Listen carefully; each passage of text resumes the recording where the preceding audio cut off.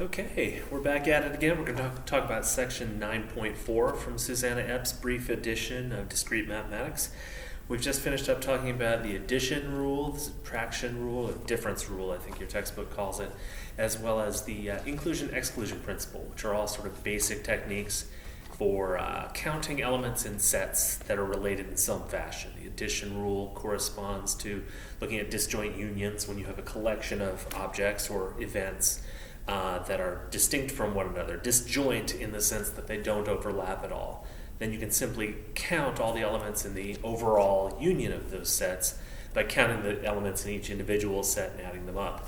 The difference rule looked at the difference between two sets. If you had one set contained inside another, the obvious way to count the number of elements outside of, that is in the set difference of, the larger set minus the smaller set, is just to take away the number of elements in the smaller set from the number in the larger set. And then the inclusion-exclusion principle, which said that if you want to count the elements in a union, you can count the elements in one set and then the elements in the other set, add them, but then you have to take away, you have to exclude the number of elements in the intersection, that is, the collection of objects that are in both of the sets.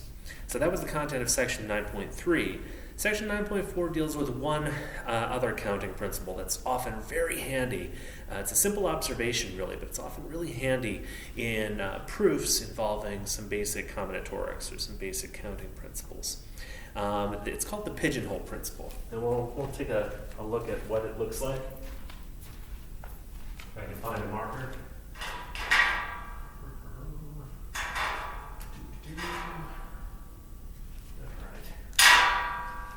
Look like they're pretty full.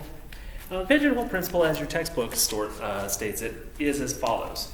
If we've got, and again the name is the Pigeonhole Principle, stemming from an old-fashioned desk that used to have little so-called pigeonholes for sorting objects.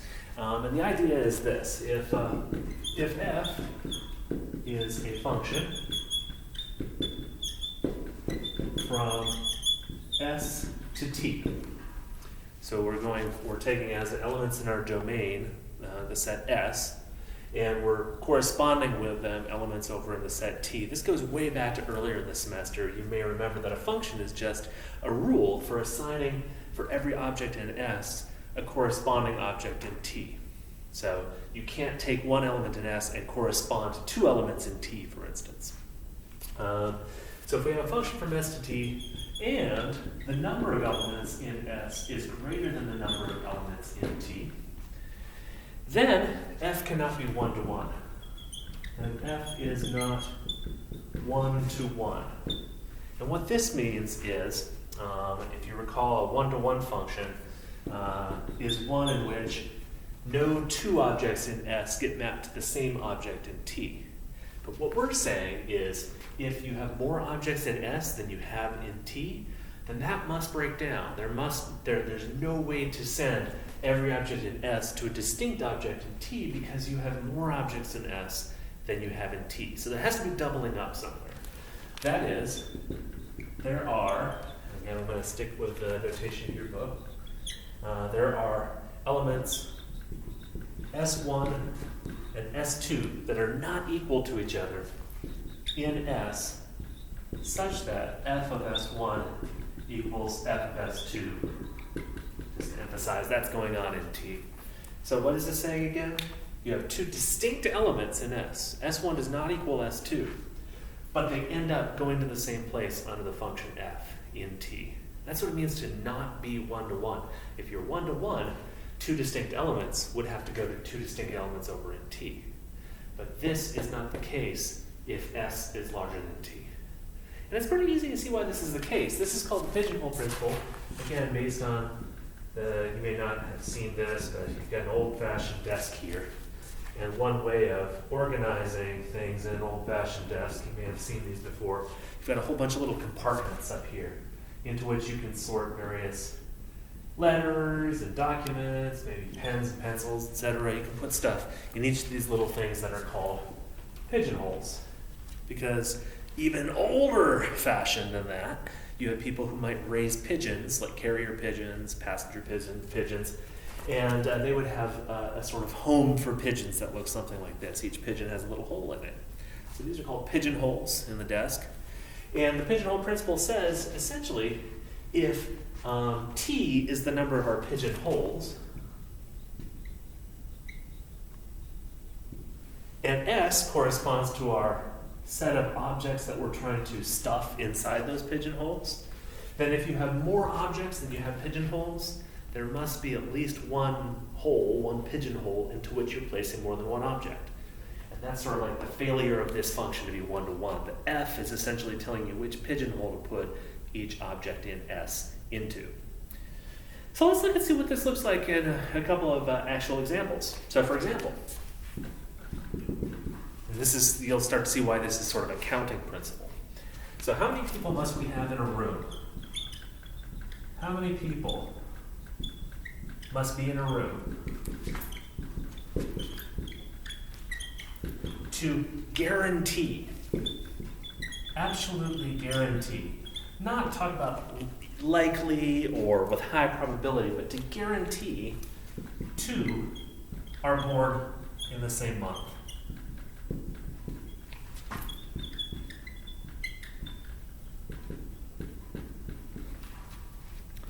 So if you think about it here, the months are kind of like our pigeonholes. We're putting people in the room into the various categories corresponding to the months. So here, T is the set of months. This is our so-called pigeonholes. And S is our set of people in the room. And again, our function is just assigning to each person in the room what month they were born in. Since we have 12 months, we see that as soon as, by the pigeonhole principle, as soon as we have more people than we have months, we're guaranteed to double up somewhere. It could be, if you think about it, well, let me write that down. So, pigeonhole principle implies we need 13 people, because the size of T in this case, and running in a room, don't go as 12. The size of our T, the set of our pigeonholes, is 12. So the pigeonhole principle says as soon as we have at least one more person than we have months, we'll be guaranteed to double up somewhere. And if you think about this, it accords with our intuition, it accords with our logic. If you think about the most even distribution of birthdays, we could get really unlucky and go through 12 people and not have those people double up in a month. We could have someone born in January, and then someone born in March, and then someone born in July, and then go back to fill in February, and so forth. If we're really unlucky, we'll go through 12 people, and they all distribute across to different months. However, as soon as you get that 13th person, the pigeonhole principle says as soon as you have at least one more person than you have months, you're guaranteed to double up, because you covered them all after 12 in the worst case scenario. Best case scenario, you choose 2 people and they pile up in the same month. We just happen to pick 2 people born in June to start with, for instance. But as soon as you have 13, you're guaranteed by the pigeonhole principle to double up. Same thing, we could change this question to if we want to guarantee that 2 people are born in the same day rather than month. In that case, in the worst case, in a leap year, we'd have 366 days. And so we'd have to have 367 people in order to guarantee. Again, we're not talking about probability. With very high probability, there's this thing called the birthday paradox that says that you really only need about 20 or 25 people in the room to have a pretty good likelihood that 2 people will share the same birthday. And that's a different matter. That comes from a different counting principle. But to guarantee, we could get really unlucky and have a leap year where all 366 days in a leap year get covered before we double up. But the pigeonhole principle says as soon as we have that 367th, we're guaranteed to double up somewhere. So let's look at a different example. Just do a couple more to make sure we're understanding the pigeonhole principle. Get my board settled in more or less the right place here. If I'm holding if I've got a bag holding 10 pieces each of 4 different kinds of candy. I with 10 pieces each of 4 kinds of candy. So just to be clear, in total I have 40 pieces of candy in the bag. I have 10 of each kind. So, first question is, what's the smallest number? I can draw from the bag and maybe, if I'm lucky, obtain one of each kind. So without looking, I draw candies from the bag. And what's the smallest number I can draw? And maybe, best case scenario, get one of each kind. So go ahead and pause the video and think about this for a moment before you come back and restart it and see if you get the same answer. Again, this is best case scenario here. What's the smallest number? I'm not guaranteeing here. This is sort of a non-deterministic algorithm rather than deterministic, where I know what the outcome is going to be. In the best case scenario, maybe I can draw simply 4 pieces. So 4 pieces in this case, if we're lucky. Because it could be that I pick one candy out and I get the first kind. I go in and grab the second piece and it turns out to be of another kind. Third piece, it turns out to be of a different kind than the first 2 I drew. Fourth piece, same thing. Maybe I got lucky and it takes only 4 pieces. However, how many must we draw? Just like in the example we did before, to guarantee at least one of each kind.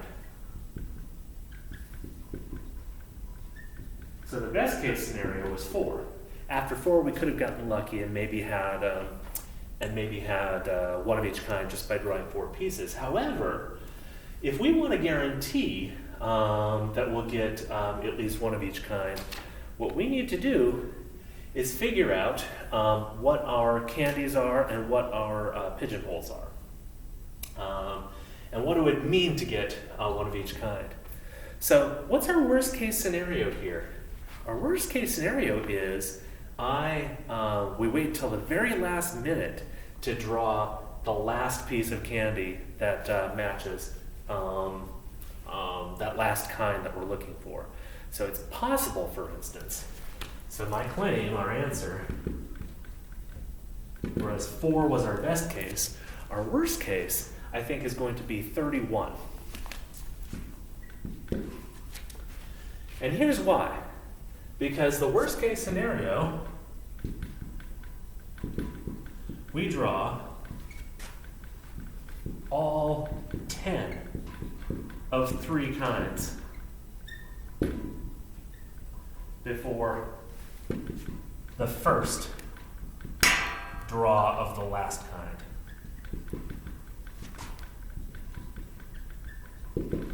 So there is a way, there is a way that we could draw only 3 kinds of candy and not draw that last one, namely with 30. If we are looking to, if we're looking to get one of each of all 4 kinds, then our worst case scenario is we exhaust all possibilities for the other 3 kinds before we draw that 4th one. That's a pretty bad. That would be a pretty bad case. But that could be obtained. Now, the last question is, how many must we draw to guarantee all of at least one type are drawn? So this is more than just this is more than just guaranteeing at least one of each kind. Now we're asking for a little bit more. We're asking for all of each kind to be drawn. And in this case, we actually need to go a bit further. Now think about what it would mean to not draw all of one kind. It would mean that we get right up to the brink of drawing all of one type of candy, and then we're finally pushed over the edge. In this case, that would mean taking 9, and we would draw, worst case scenario, we would draw 9 of all 4 types. So 9 times all 4 types. And then the last one is going to tip the scales. The last candy we draw, plus 1, would be the 10th of one of those types. We don't know which type, but we know if we've got 9 of every type drawn before then, we're certainly going to pull the 10th piece of candy in that last step. Worst case scenario, though, we could draw 9 of each of the 4 types before that guarantee, and that gives us our answer of 37. So each of these questions has a slightly different answer, but they're all related to the pigeonhole principle. So smallest number drawn and getting lucky. Here we're starting to, this one doesn't quite deal with the pigeonhole principle. This is rather a non-deterministic, as I said. This is up to chance, sort of our best case scenario. These second 2, though, have to do with avoidance of patterns with the pigeonhole principle, not doubling up too much in a given pigeonhole, so to speak. So pause the video and make sure you understand these examples, and I'll go ahead and do one more that has to do with rational numbers and their decimal representations. And then I'll give you a quiz, and that'll be it for this section.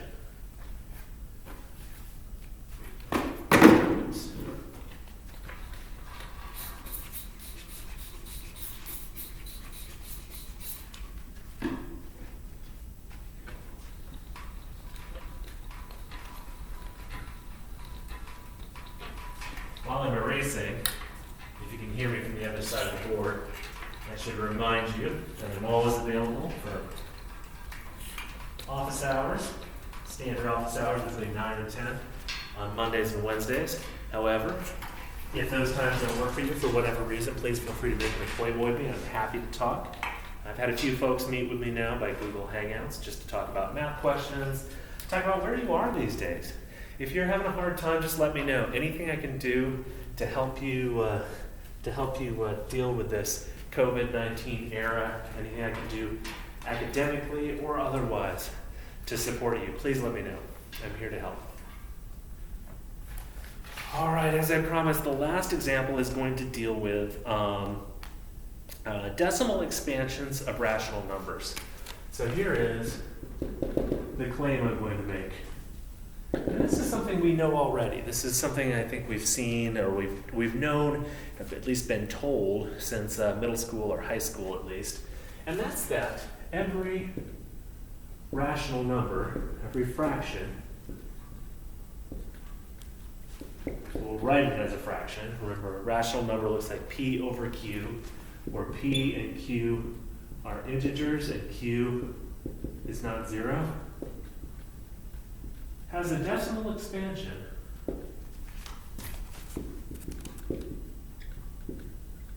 that either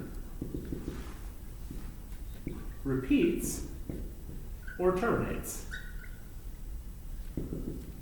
And what we mean by that is when we do the long division, P divided by Q, we either get a process that ends at some point, or it just repeats with the same pattern over and over and over. And here's a proof. Our proof is a combinatorial one using the pigeonhole principle. The idea is the following. So consider this as sort of a pseudocode or an informal algorithm. What we're going to do is we're going to perform, as I said, long division on P over Q. Now each step is going to give us a remainder. Each step of this procedure of the long division gives a remainder.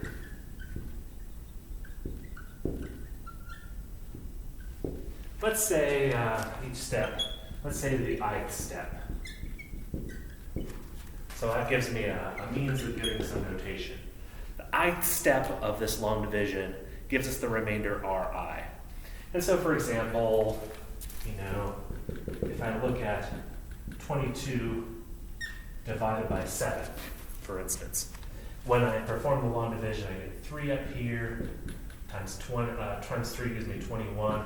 I subtract, and I get a remainder of 1 for that step. So R1 would be 1 in this example. So perform long division. Each step, the ith step, gives you a remainder Ri. Now here's my claim. If Ri equals 0 for some I, we're done. Right? That's how long division terminates. In that case, we have achieved one of the possibilities in the claim. So we're done as soon as we get some 0 remainder. That doesn't always happen. Otherwise, we enter at some point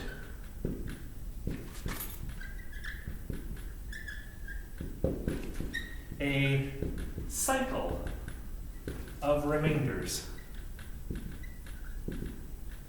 because there are only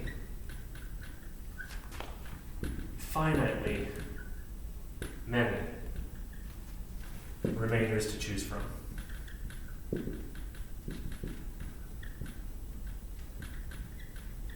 And this is where the pigeonhole principle comes in. If you don't get a remainder of 0, that means that your remainder always falls into one of the other remaining classes, the remainders that you could possibly have. Now, how many remainders could you possibly have? Well, that depends on that number that you're dividing by. In fact, it looks like you're going to have q minus 1 remainders other than 0 that are possible because your remainder is always going to be smaller than the number you're dividing by. Otherwise, you would have been able to pack more into this number up here, right? That quotient would enable you to go one step further. And as soon as, like I said, as soon as you fall into, as soon as you have a non-zero remainder, there's another non-zero remainder after that, another non-zero remainder. Eventually you come back, because of pigeonhole principle, to the same remainder, and you enter into that cycle again. So let's see how that works. So in this example over here, for instance, first I had a remainder R1 was equal to 1. And so if you remember from long division, it's like we pad this number out with a bunch of zeros. So we now bring this first 0 down in long division, and we ask how many times does 7 go into 10? Well, that's 1 time. 1 times 7, 7, so 10 minus 3, 7 is 3. And now we have a remainder of 3 for our second step. Now we bring down another 0, and we get the number 30. 7 goes into 34 times. By the way, I chose 22/7 because it's a really good approximation of pi. 4 times 7 is 28. And now we have a remainder of 2. I brought down the 0. We have a remainder of 2 for our third remainder. Bring another 0 down. We ask ourselves, 7 goes into 20 twice. So 2 times 7 is 14. We have 6. 6 for our fourth remainder. Remember, there are not too many remainders possible before we start repeating. As soon as we hit that repeating, we get into that cycle. And again, this is because of the pigeonhole principle. Bring it down to 6. We have a remainder of 8. 8 times 7 is 56. And 4. So that's our fifth remainder. We're running out. Remember, there are only 6 non-zero remainders possible, so we know we're going to repeat soon. 40. 7 goes into 45 times. 35. 5. Oh my goodness, that's a different remainder yet.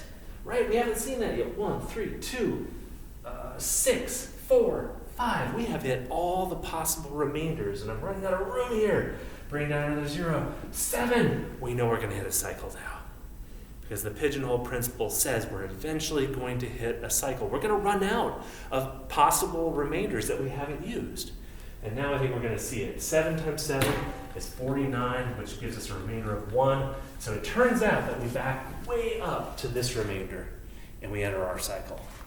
Other numbers, maybe we would have backed up somewhere to the middle of the chain.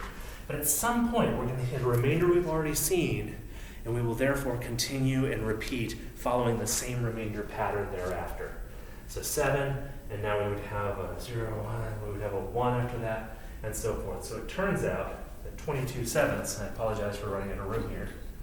22/7 is going to be 3.14287 with that whole chunk repeating again. So again, the pigeonhole principle is what tells us that we are going to enter a cycle of remainders because there are only finitely many remainder classes to fall into, unless you hit 0. If you hit 0, you're done at some point, but otherwise, you're going to get into this cycle because of the pigeonhole principle. Kind of neat. So that's a cool application of pigeonhole principle that's kind of non-trivial. It has to do with some pretty high mathematics, not just counting things, but talking about the relationship between fractions and their decimal representations. Notice this says a lot more than just every fraction has a decimal representation that terminates or repeats. It also tells you how quickly it's going to repeat. Here, like I said, I knew we were going to repeat at most 6, because 6 is 1 less than 7. That's the number of non-zero remainders that are possible. We knew we would get at most 6, worst case scenario 6 digits that end up repeating. In general, for an arbitrary q, we're going to have at most q minus 1 digits that repeat. So in some sense, you've got some measure as to how bad the decimal representation of a given fraction is going to be. It tells us, this is one of those cases where the proof actually tells us a lot more than the claim or the theorem originally says. That's kind of cool. Well, let me go ahead and give you a quiz. I believe this is quiz, if I'm counting right, this is quiz CE8. CE8, corresponding to section 9.4. If we put the letters, this one's kind of like that candy bag problem. If we put the letters in the word Mississippi in a bag and pulled them out one at a time.